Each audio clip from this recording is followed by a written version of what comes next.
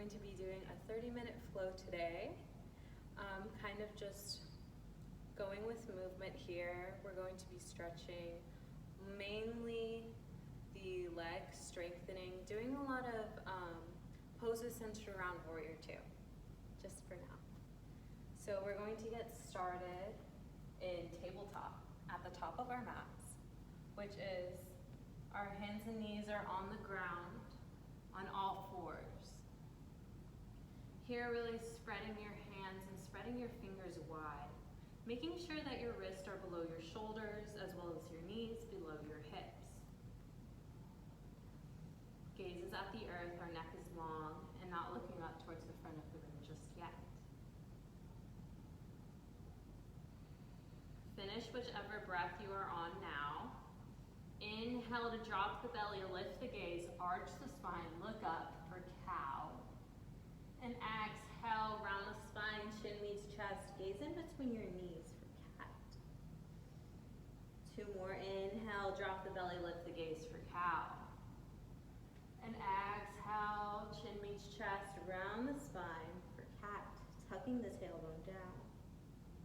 Once more, inhale for cow. And exhale for cat. I led one more, inhale, drop the belly, lift the gaze. Feel your belly almost reaching towards the mat, shoulders back and down. Exhale for cat, last one, rounding the spine, tucking your tailbone, pressing into your hands. Inhale to return to neutral tabletop here. Inhale to reach your left hand up towards the sky, gazing at your left fingertips. Exhale to thread that left hand underneath the right, bringing the left side of your face onto the mat. Here you can choose to take a bind, bringing your right hand on the inside of your left hip, opening up the chest towards the right, a nice subtle twist, as well as stretching our left bicep area.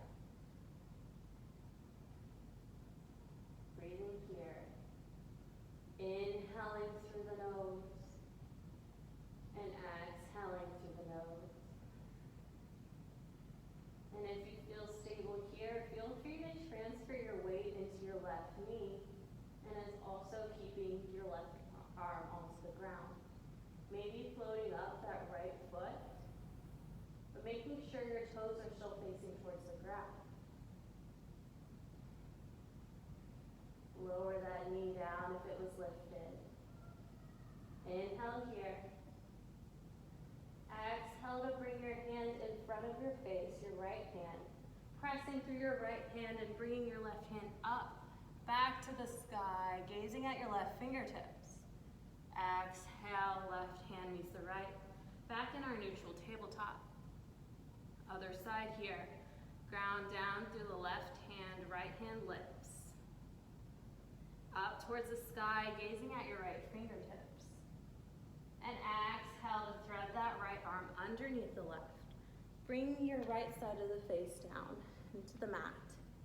And maybe taking a half bind, reaching your left hand behind your back. Your left hand can rest on your sacrum as well. Maybe reaching for that right inner thigh. Breathing here. Inhaling through the nose and exhaling through the nose. And again, once again, if you feel stable here, transfer your weight into your right knee or shin, foot, whatever you call it, whatever you will.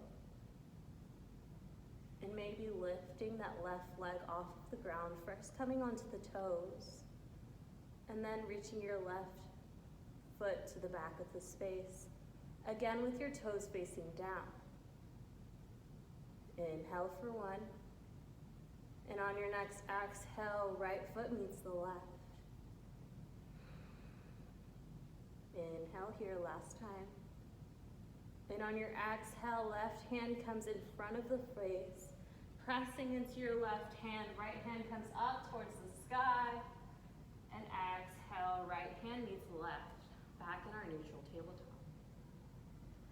From here, ground down through your hands, spread your fingers wide. Tuck your toes under and lift your knees 2 inches off of the ground. Staying here. Making sure that your heels are above your toes and that your core is engaged, tucking the tailbone slightly, and our gaze is still in between our hands, really pressing the earth away. Inhale here, and exhale to lift the hips up and back, downward facing dog.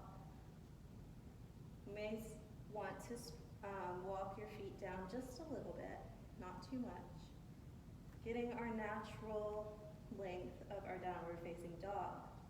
Another way to do this is to roll forward to a high plank, and then once you've got your high plank, shoulders over wrist, heels over toes, then you pike up into a downward facing dog, which is your correct length.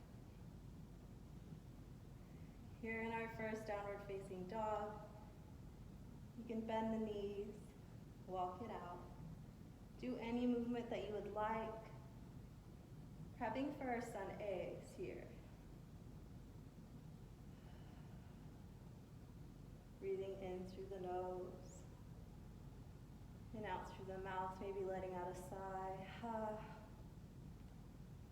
Reaching our heels closer towards the ground. Inhale to gaze at your hands. Exhale, make your way to your hands, step or walk to the top of your mat. Here, our feet are hips width distance, bending your knees a lot to allow for your belly to rest upon your thighs, letting your head be heavy, no tension in the neck here. Ragdoll pose.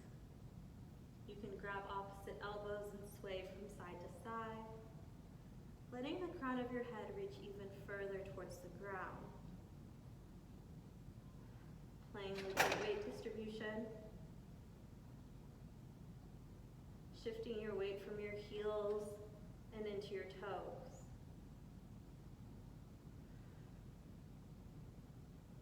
Swaying from left to right. Maybe even playing with straightening the legs slightly, but still keeping your belly on top of the thighs. Couple more breaths here.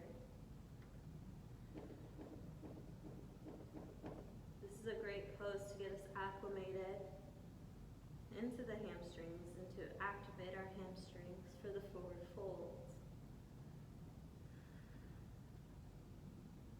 Exhale, letting any breath you may have go, letting your hands reach towards the mat. Inhale for your hands to come onto your shins or thighs, halfway lift, gaze at the earth, shoulders back and down. Exhale to fold down, reaching the crown of your head towards the earth. Inhale, hands come up towards the sky, Urdhva Hastasana. Palms come to touch, gazing at your thumbs. Exhale, forward fold. Leading down with your chest. Inhale, halfway lift, hands come to shins or thighs, gazing at the earth. Hips stacked directly over the middle of your foot. Exhale to fold. Inhale, plant your hands, step your feet towards the back of the mat. High plank. Here, once again,